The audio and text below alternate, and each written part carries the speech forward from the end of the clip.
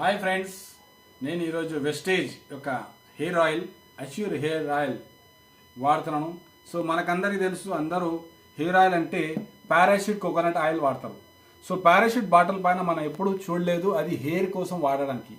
దానిపైన క్లియర్ కట్గా రాసి ఉంటుంది ఈడిపిల్ ఆయిల్. ఈడిపిల్ అంటే తినేటువంటి ఆయిల్, కానీ మనము దాన్ని హెయిర్ ఆయిల్గా వాడుతుంటాం. పారాషూట్ హెయిర్ ఆయిల్ వాడేసి మనము మన నెత్తికి మన జుట్టుకి వాడుతుంటాం. మన జుట్టు పెరగడం కంటే తరగడం ఎక్కువ అవుతుంది, రాలిపోవడం ఎక్కువ జరుగుతుంది.